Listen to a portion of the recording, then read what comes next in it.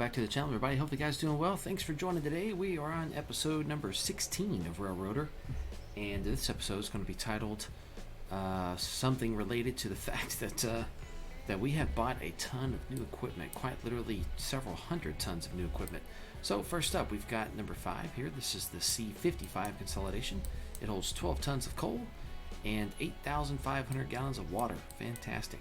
We're going to need that guy because otherwise we're not going to make it up to Appalachia Junction with this behemoth of a train right here. All of that is just for Appalachia Junction and Robinson Gap. Also went ahead and bought 2 new passenger cars. The intent with these is to replace 2 of the older lower capacity passenger cars. We're going to basically have 4 of these 84C coaches along with 1 observation car, and that will be the train for now. Just kind of getting us ready for our Silva expansion, which I will purchase a couple of days, maybe a day or 2 after we get everything finished with the Larka and kind of test all that out and get a hang for everything. We've got to buy some more locomotives to make that run down to Silva and everything. We've got to buy some pulpwood cars, so that's all coming up really soon. But we're going to go ahead and get these 2 now just to get a little bit of increase in the capacity for passengers. And then once we get Silva opened up, I'll probably buy at least 1 more, maybe 2 more to add to the train, which will put it at 7 cars at that point. Alright, then here are some cars. We've got 1 for Ella. We've got, of course, several for the Sawmill. And then 2 for Stenzel and 1 for Hollyfield. So these are all the Wheeler cars that will get switched by the SW1. Speaking of, we've now got our first shipment, my bad. First delivery or first shipment of diesel fuel. It is loading this thing up quite high. Actually, I did not realize that this can hold more than 4,000 gallons, which is actually really great. So it does unload really slow. Good to know. So you're gonna have to leave it there for a while. And then yeah, haven't used but only 24 gallons of diesel fuel for a whole day of operation. That's fantastic. However, the reason these guys are sitting here is because I put them in the dirt yesterday. Felt like an idiot, but we got it all fixed up, so everything's good. All right, first things first. Let's get this guy on the point of the train. Got a really heavy whistle.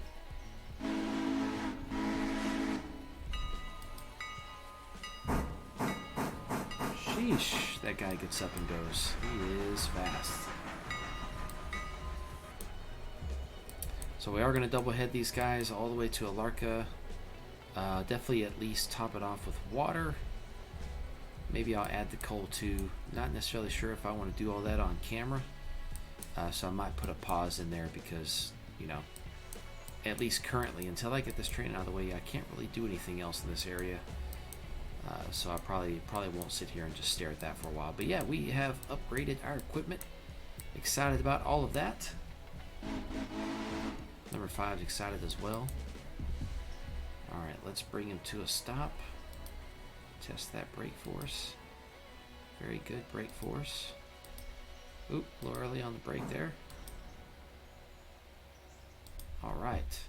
Normally I would have already run the passenger train by now, but I haven't yet because I was going to switch him out and get everything moving.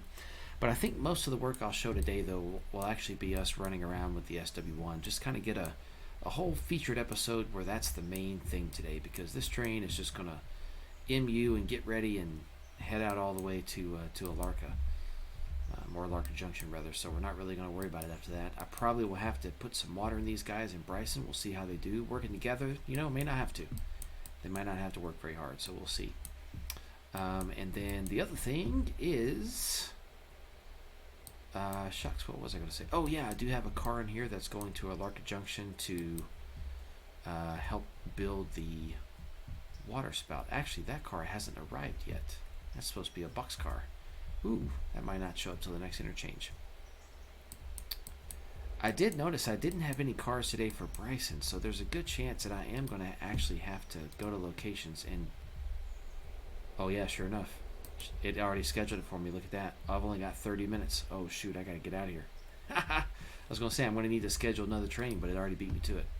Oh yeah, I remember now. So the other thing I was going to say is I'm considering giving this steam engine here to the railway that the short line I'm going to kind of simulate in Appalachia as like a partnership agreement with that railroad, help them get running by giving them a locomotive, and use that as an excuse to buy another C-55, because I'm going to actually start having to run a dedicated coal train to Robinson Gap. I've upped the contract for tomorrow to Tier 4, so that'll be great. But yeah, that's going to get really, really busy really fast, and I am going to definitely take that to Tier 5. So, yeah, I forgot. This goes to 8,500 gallons. That's going to take a while. All right. Let's get some coal in there. Turns out I had plenty to talk about, actually, so that's kind of funny how that played out. There we go. That's a little better. All right, but I will go ahead and put a pause in now, and I'll catch you guys in just a minute with these guys all hooked up and ready to make our way to Appalachia. All right, there he goes. To Bryson and beyond. Gonna take him all the way to Appalachia Junction. I gotta go to Appalachia Junction to make sure there's a fusee up there. Pretty sure I've got everything lined up to get him all the way over. We shall see. Got these set to MU. I assume that means they're working together. Looks like that one's not doing anything.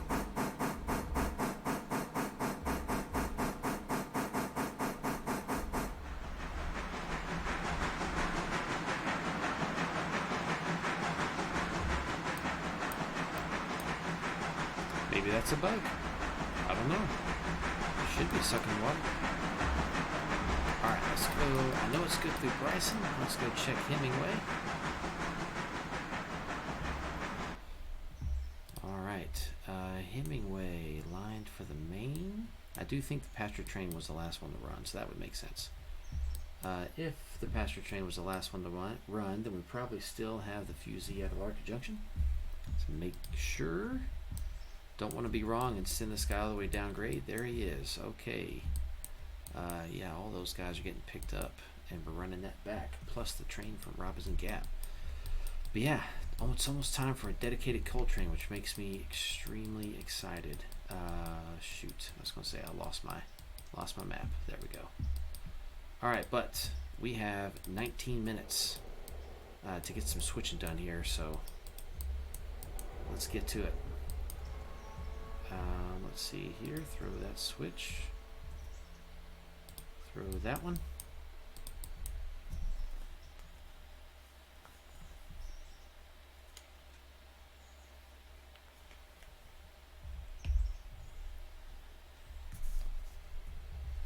Came out that curve a bit fast, but it's all good.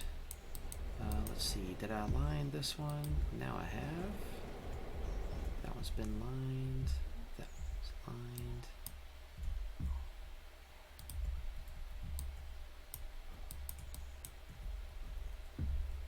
Alright, we'll just drop these guys off not too far ahead right now because we got to get back to that interchange yard.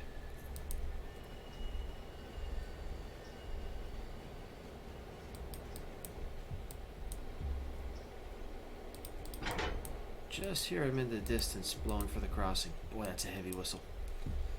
Alright, let's see. All we got to do is get these passenger cars up here out of the way, make space for this new interchange train. I'm curious to see just how much junk is about to come my way. Alright, oh yeah, and this hopper. Let's get those guys out of there.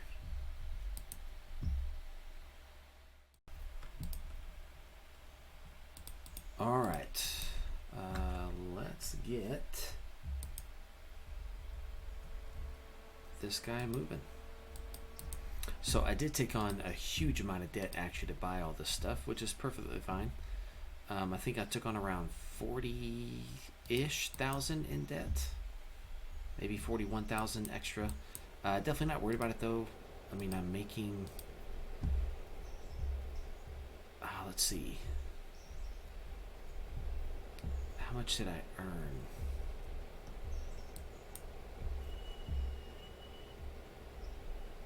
Yeah, we made like 1,700 off passengers. That was not as much as usual. Oops, had a switch I didn't throw. My bad. Let's get back on that. I made 7,400 off of freight, so altogether we made like $9,400 a day. So if we do $9,400 a day, and I'm only paying $5,000 every 5 days, we are really, really fine. We have a lot of room to flex our debt. So not worried about that at all. I know from getting my MBA that pretty much you never want to take your debt and make it more than 1.5 times your assets. That's kind of a general rule of thumb, at least from the educational side of the MBA. Of course, you know, in the industry, things might be different depending on the company and their, you know, balance of financing methods and things. But, you know, with that in mind, if I were to look at my assets and the value of those assets, the value of my assets is a lot more than what I have on loan. So theoretically speaking, I have a huge amount of gap left in my financing that I could go into if I need to. So, but not going to expand that unless I need to, and I, you know, will soon. We'll get there piece by piece. The good news is with me making almost 10,000 a day, and that's before I even get the copper mine opened up. You know, there's just a lot of stuff. Actually, wrong way. Sorry guys, my bad. I need to go backwards. There's just a lot of ways that I'm going to be making money, and that's definitely exciting. Definitely exciting. It'll be easy to pay that loan back. Alright, let's get this guy coupled. Don't want to pull those. Nah, I'm not going to worry about those right now. I'm assuming that it's not going to technically be that much space. I think I'll just shove all these in that track and leave them for now. That way I can go ahead and get a log run done. I put it for now at least in KCS colors as best I could do. It's not perfect, of course. Added some spacing in the reporting marks there. Try to spread it out a bit. I can't make the font any bigger. I'd love to, but it's all good. We are 9 minutes away, which means really we're 4.5 minutes away from getting our next interchange train. How's the freight to Bryson doing? Or Larka? Looks great. We're going to have it stop in Bryson so we can check the water. When it left here, it wasn't using any water. So if it continues to do that, won't have to worry about it. Of course, that definitely would be a bug, but you know, it is what it is. At least for now, I'm sure it'll get fixed. If I do find that it hasn't actually reused any water, I'll probably go ahead and report that as a bug, even though, or at least look and see if someone else has.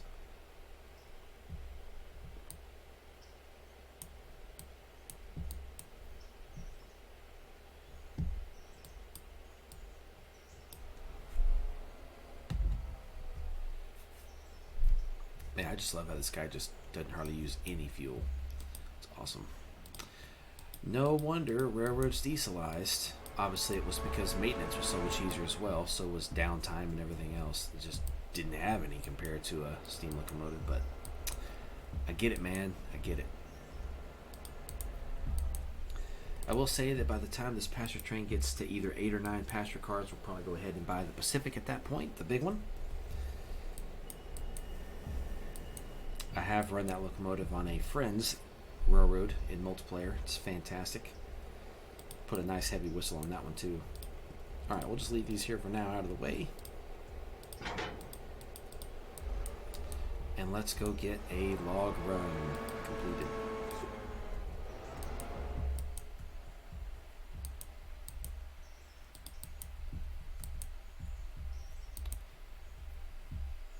I'll still send it up with the AI. That'll be appropriate because technically we've got an interchange train coming in. I've got some passenger cars I need to get over there. I definitely don't think I'm going to get them there in time to sell, so they'll make it, you know, by tomorrow's financing. But that's okay. That'll give me back another probably $7,000 or $8,000, which is good. Let me pay that loan down some. Alright, let's not put these guys back on the ground again. Yesterday when I hit them, I was going 22 miles an hour because I thought I had thrown the switch back to normal. And it wasn't. It was still in reverse. So, paid the price for that. This guy was at 0 and this guy was at like 30. But nothing else was damaged, which was a blessing. Alright, yeah, they're good. L1s and L2s. Okay, let's get it. Yeah, how many logs does Sawmill have right now? Location, Sawmill. 12. That's only 4 cars worth. Yeah, we gotta move.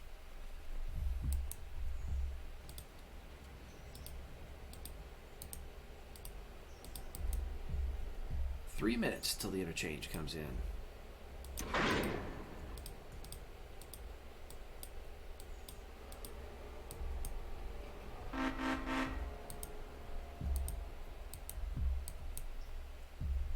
I'm not ready to take this to tier 4 yet, but I will soon. I'm just not, with my current balance of tasks here in the game, I'm just not willing to take on the extra runs up to Conley Creek yet. I'm still, the funny thing is I'm running simulations of it in my head to try to figure out how best I'd want to do it. And I have some ideas for the next tier, which is I think 24 cars a day, and then tier 5, which is 30. I'm currently at tier 3, which is 15, but I just don't have a way that I really like yet. But I know that once I get Silva open and I start pulling, pulpwood, I'm going to have to do some switching for that anyway, so at that point might as well. So we shall see. Alright, let's send him forward. We got to switch to line in front of him. This one, actually, I think I've already lined it. Yeah, we need to line that one. And I'm pretty sure that this is already lined up, but let's go double check into L1 here. Yep, looks good, perfect. That'll get into L1, and then we can go see what's about to go down with the interchange real quick. Oh, there it is. 11 cars is actually not too bad. But of course those are the Bryson cars. Ah, yes, and a few more Appalachia cars. Of course it would be. Another Stenzel car, some Whittier cars. Awesome, haven't seen the house track in a while. 2 Appalachia junctions. Bryson team, okay, Appalachian. Yeah, that makes sense. Alright, good. Okay, well, you know what that means. That means we're going to need to run an extra. That'll be a great excuse to have another video. Alright, while he's running up to the log branch, let's go work on the passenger train real quick. This guy is getting sold. Equipment, sell destination, East Whittier. And this guy, the original one, he's getting sold. East Whittier. So that's 3,400, and that one is 51. So yeah, like I said, 7,000 to 8,000. It's about 8,500. Not bad. Let's go get our new pasture train put together. Get this guy stocked up with coal and water. Dang, it's not done yet. About Hollywood, we got a car. Nope. Well, all right then. Alright, so I'm going to get all that done, and then I'll be back in a bit with the switcher. And with the switcher, we're going to go ahead and get the Whittier switching done and get the run to Ella. So, and in fact, you know what? We'll go ahead and just make it go all the way to Bryson and drop those cars off. Alright guys, so I will catch you guys over in East Whittier in just a minute. So, very funny / not funny story. I almost threw this entire train off the track here. I learned today that if you put these in MU mode and you run an AI train, if I select MU, it forces me to select cutout. I can't turn cutout off.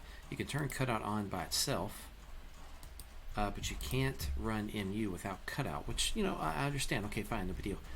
It cuts out the brakes for all of them, so maybe I'm supposed to just do MU on one locomotive, because yeah, I had a train with no brakes. It was bad news. So I found out that it can take this curve at Robinson Gap at 35 miles an hour. I wouldn't recommend it. The squeal from the flanges was just wild, but apparently, even though I guess it's a what is it, a 25 mile an hour curve? What's the speed sign? Say right here, 15. We managed to make it all the way around going 30, almost 35. Wow, lucky me today, because I almost put this entire train on the ground. Sheesh. I also got lucky there's no actual damage, but lesson learned. I think I'm supposed to only MU one locomotive, not both of them. I had definitely MU'd them both. That explains why it was going like 45 miles an hour through Bryson. Didn't have any brakes. Boy, I'm really lucky then that this guy just didn't die out there. Anyways, there's some switching I need to do on that, but I'm going to do that off camera because I wanted this video to focus on the SW1, and he's currently sitting over here in Connolly. Alright, let's see. Yeah, we're going to go ahead and set a handbrake on these log cars, and we're going to leave these guys here. There we go. Reverse. Take it all the way back, at least to that switch. Alright, let's get our passenger train running. Yep, copy that to couple. Orders, road, forward, go. Make sure he's not an MU. That would be a disaster. Oh, my God, that was crazy. Terrifying. Terrifying. Glad that that part of my life is over now. That was not ideal. I considered actually running these freight cars to Bryson behind the passenger train. Decided, nah, we're not going to do that. We'll just run the extra. But you can see I've already picked out the two that are going to get sold. Just need to move them over track. We'll do that later. Not a priority right now because we've got to do some switching with our good old faithful SW. Alright, see you guys in just a minute. Well, this video, I've had a hard time with this one today. I had recorded a whole bunch of footage of me doing all the switching over here, only to find out that I had unplugged my mic and forgot to plug it back in, and so I didn't catch any of my audio for the voiceover, and it's not something that I could naturally just redo. So I threw that footage away. But I do remember two of the big things I was talking about that I do still want to discuss because I think they're hugely awesome and important, is the fact that I love modeling sawmills on either model railroads that I build or routes I build in Interchange 2019. That's because you can do a lot with sawmills. And so here we got 10 cars today going to this sawmill as an example, and I just love that, because if you model this era, man, you can just ship lumber to like every industry in every town anywhere on your railroad, like easy, because everybody received it, And I just think that's a great opportunity in this game that's actually being missed, is for some dedicated captive service from the sawmill to local customers on the rail line. I mean, I know that obviously they're getting their lumber from somewhere, and I know some of them technically might order that lumber from someone else. Like for example, the furniture place might want a different quality lumber that doesn't grow in the area. Like, I know that stuff's all possible, but like I also know that there are certainly some local industries that could take lumber loads, and I would just love to see some captive lumber service in boxcars and on flat cars. And I think that's something that could be developed that is currently being missed. Hopefully they'll add it in. That'd be fantastic. My feelings won't be hurt if nobody listens to me, but we all have good ideas at times, and I think that might be one of them. I did have another idea that really hit me though, and that is the fact that railroads, especially in this time, and even more even still true in modern time, but more so in this era specifically, if they wanted to get loads from an industry, they would usually ship their own car to be loaded, unless there were two other conditions: unless that industry owned its own rail cars, or if they used a carpool, which a lot of railroads did put their cars in carpools because that made sense. It made it a lot more efficient. So that's not really what's happening here, and that's not necessarily what they said they're modeling, but it's okay if that's what they decide they want to model.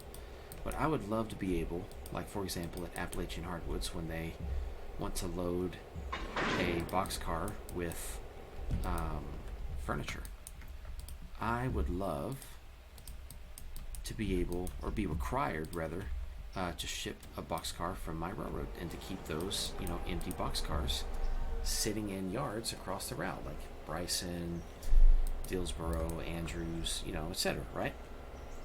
And I think that would be a great opportunity to simulate some prototypical movements of empty rail cars, you know, because they get loaded, they go off map somewhere or captive service somewhere, and then when they come back through the interchange, once again shipped to a yard to be held as an empty until they're called up by an industry, and you know, make it where it can change the tags once an industry calls for it. And you know, and if the industry calls and you don't have an empty car sitting in stock, then at that point, you know, there's options, and I would love for something like that to get included, because that would like basically force you as the railroad to purchase a lot more rail cars besides just pulpwood cars and log skeleton cars, which obviously, don't get me wrong, there's nothing wrong with that. There's nothing wrong with only having those as captive service, but it's technically not captive service when you're just loading your rail car at an industry and then shipping that off your railroad. It's only captive if it stays on your railroad. So that's something I think is being missed, and that's fine if it doesn't change. I still love this game, and it's still a huge amount of fun.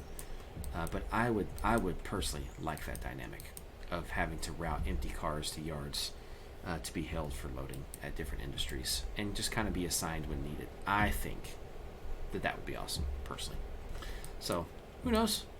Once again, I know the coding of anything is a lot more difficult than the idea or the simplicity of a concept, so I know that that's not something that they can just turn out in a week. But man, I would love to hear that they're considering something like that. Anyways, let's go ahead and get these Sawmill cars situated here. I think we'll go ahead, actually, once we get these 10 cars spotted, I think we'll go ahead and cut this video. It ended up getting a little bit longer than I expected, and that's okay. And then on the next episode, which would be number 17, wow, getting close to the 20s. On 17, we can go grab those log cars, run the train to Ella and Bryson, get the Bryson switcher done, do some work in Appalachia, so we can just kind of jump all over the place for episode 17. But thank you all for watching. It's loads of fun. I always appreciate you guys checking out the content. You guys are the best part of the channel.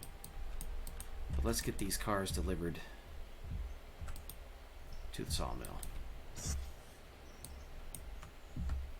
How's this tank car doing? Is he still dumping diesel fuel? Sure is. Man, holy cow.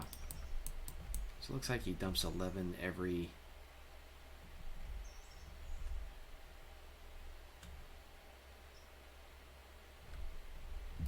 Oh shoot, too fast.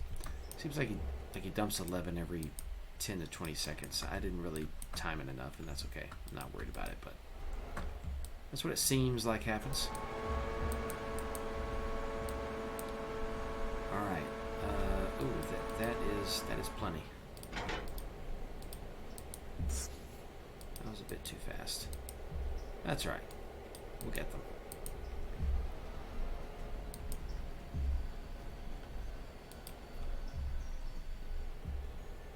Roll, roll, roll.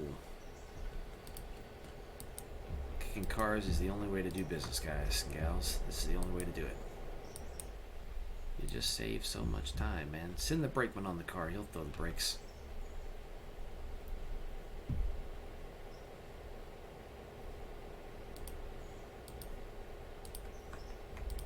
All right. Look at that.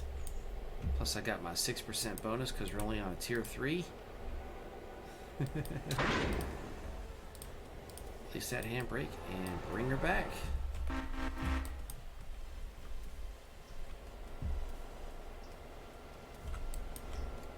Have the brakeman walk back and throw the switch for us. Man, still can't believe it. The lines of Robinson Gap, we took a turn at 30 miles an hour. God, with 2,400 tons behind us, that was ridiculous. Anyways, I got to apparently do some reading on multiple unit controls. I've never done it, obviously, and I've never paid any real attention to how it's done in the game, so I got to check that out. Alright guys, this has been fun. Thanks for watching. I'll leave you with our last scene here as we kick these last cars to the sawmill. It's better than kicking them to the curb. Hopefully you guys have enjoyed this. This has been episode 16. I enjoy making these videos just as much as I enjoy playing the game.